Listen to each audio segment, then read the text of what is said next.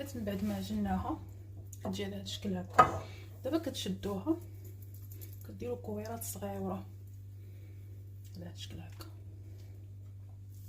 صراحه الطريقه جد سهله، اللي ما بغاش يدير البريوات في الدار.